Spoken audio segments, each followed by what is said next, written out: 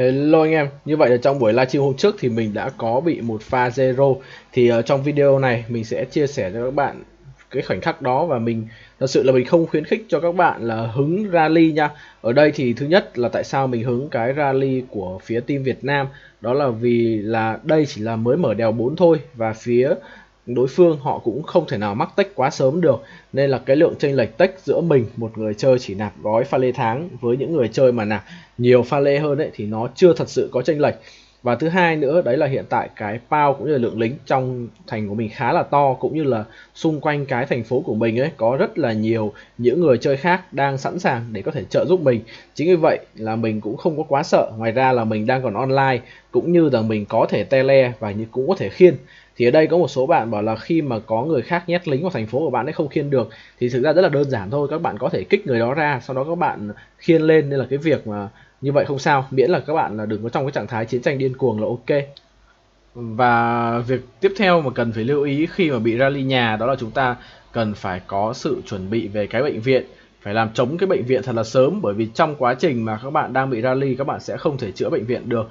Và mình đã chủ động mình chữa toàn bộ số lính ở trong bệnh viện, lúc đó là khá là nhiều, khoảng 400.000 T5.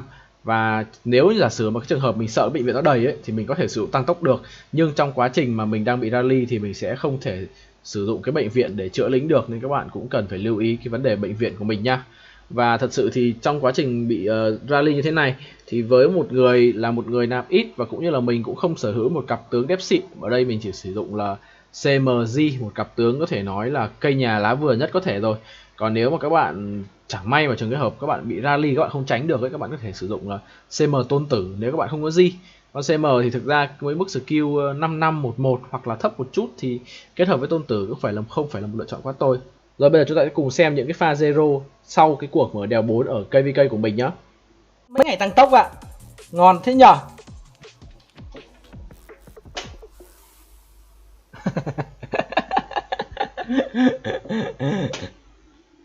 Được. Nhưng mà lên hơi ít kill các bạn. Đấy rồi, con CM mình nó hơi lởm. Ngại check chiến báo vậy lỗ anh em lại cười nó thối mặt.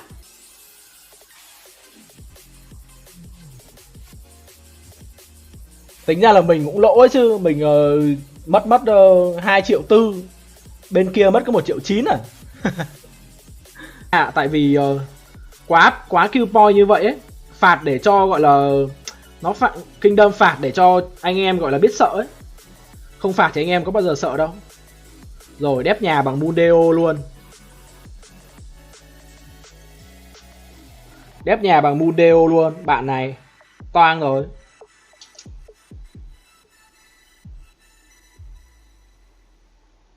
Khó thế nhở.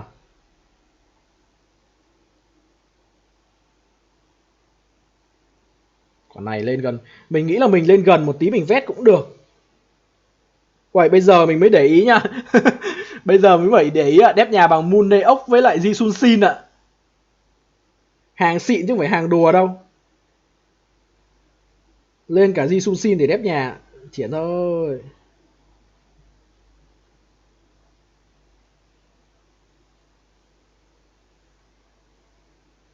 Liên hoan sắc thì thôi, ôi mất nhạc rồi. Ôi, tính là nghe đến hôm nay là nghe đến cái playlist thứ bao nhiêu rồi đây.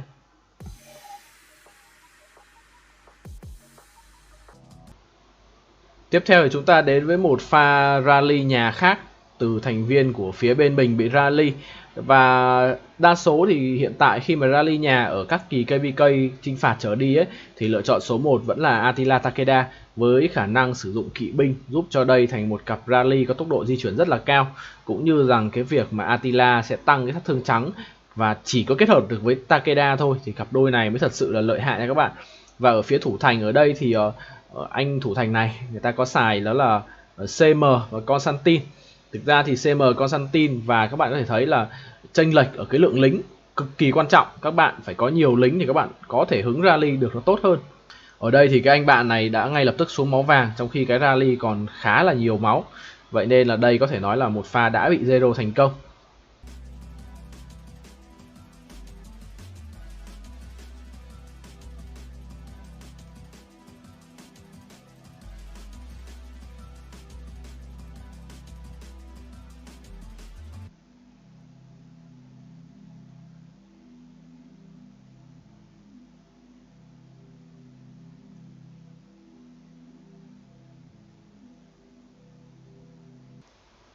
thì mình bày binh bố trận ở xung quanh cái thành phố này để sau khi mà đối phương vỡ cái rally, đối phương chạy về thì mình hy vọng mình có thể vét được một ít kill.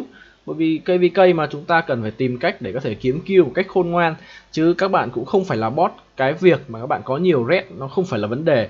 Nhiều red các bạn có thể tạo ạc farm, các bạn có thể lấy được rất là nhiều, nhưng cái tăng tốc để chữa lính ấy, nó lại là một câu chuyện khác. Nên là mình nghĩ các bạn khi mà đánh trên KVK hiện tại ấy, thì các bạn cố gắng kiếm những cái đạo và tìm những cách đánh mà các bạn có lời, các bạn có thể kiếm được kill mà các bạn chết ít hoặc các bạn thương nặng ít, thì như vậy mới là một người chơi game nó khôn ngoan.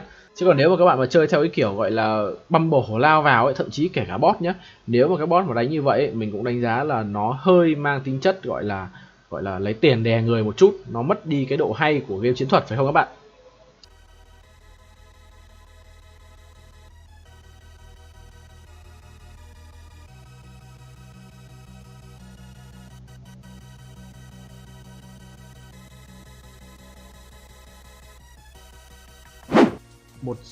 Ok, lên cung trực.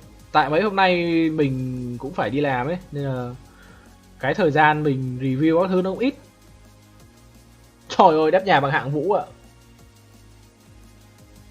Đép nhà bằng hạng Vũ Khan luôn. Quá nhiều zero trong vài phút vừa qua. Cái ông Sen Cúc Lưu này, ông ấy có con Attila Takeda mình thấy cũng khỏe. KVK nào cũng thấy ông ấy zero được mấy mạng. Vâng, quả đép nhà bằng hạng Vũ Khan béo ạ. Mình còn sợ là chưa mắc tướng nữa. Này đâu F2 về Lai Châu à? Tại vì hôm nay bên mình đánh đèo 4 mà. Lúc nào đánh đèo 4 mình cũng thích đánh lâu hết.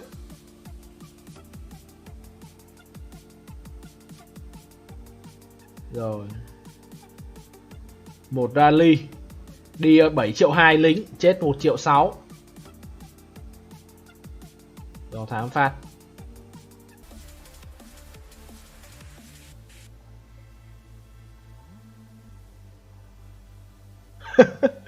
Đép nhà bằng AE ạ, vãi trưởng. Hello Phạm Anh Đức. AEG ạ, thôi xong rồi. Đi viện rồi. 72 triệu pound thì chắc là cũng phải 2 cái rally.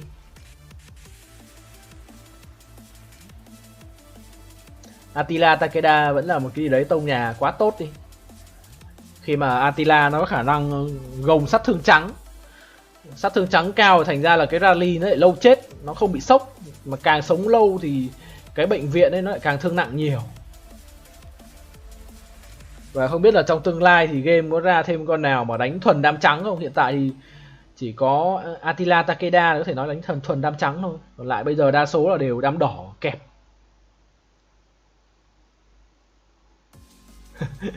Mặc dù đang đi làm phần xem live của bồ. Nghiền.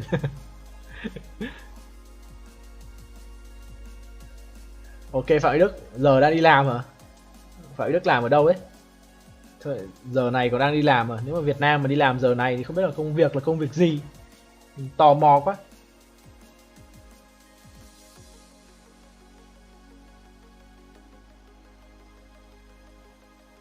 Xong. Đi một cái rally. Đây là mới đèo 4 thôi, bot cũng chưa mắc tech hết. Một cái rally đi từ 72 triệu pound xuống 59 triệu pound.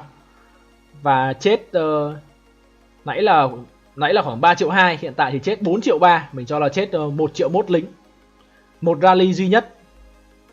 Mình cũng có chiến báo mà.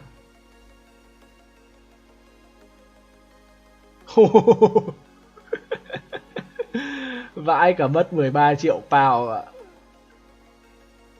Không biết có nhiều tài nguyên không nhỉ? Do thám phát. Sao Xenobia khắc chế được bộ Attila rồi không? Thực ra thì mình cũng không phải là chuyên đép nhé, nhưng mà mình chắc nếu mà được mình nhận xét thì mình sẽ nhận xét là tại vì con Zenobia với con Jisung Shin nhá, mình phải là cặp đấy mới đúng, chứ còn mình không biết là cặp khác có khỏe không. Nhưng mà con Zenobia ấy, nó mạnh ở cái skill 1 của nó bị mạnh quá. Skill 1 hồi máu nhiều mà nó còn tăng máu lên tới 40% nữa. Nói chung là riêng cái bộ Zenobia với Jisung Shin ấy, nó tăng chỉ số với nhau hơi nhiều. Và đặc biệt là con Jisung Shin ấy nó cũng nhiều đam. Thì vừa rồi Gigamet nó ra mắt.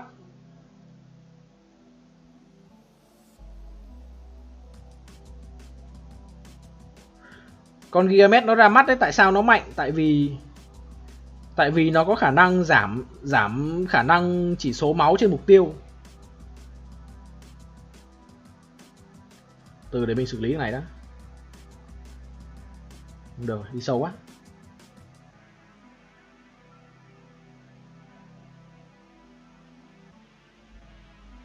Quan Vũ gì chứ đâu phải Quan Vũ gì Sun Sin đâu.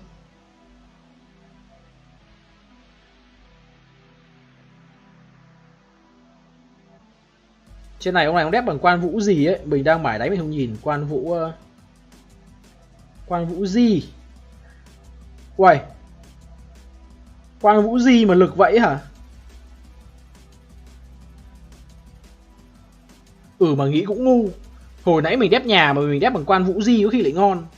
Mình đép bằng con CM thành ra kiểu nó bị lủng vãi. CM mình đâu cộng tài năng đép đâu, nãy mình đép bằng Quan Vũ Di là ngon rồi. Hơi ngu. Rock F2P nãy đép nhà hơi ngu các bạn. Nghĩ lại là thấy hơi gà rồi, đúng kiểu non luôn.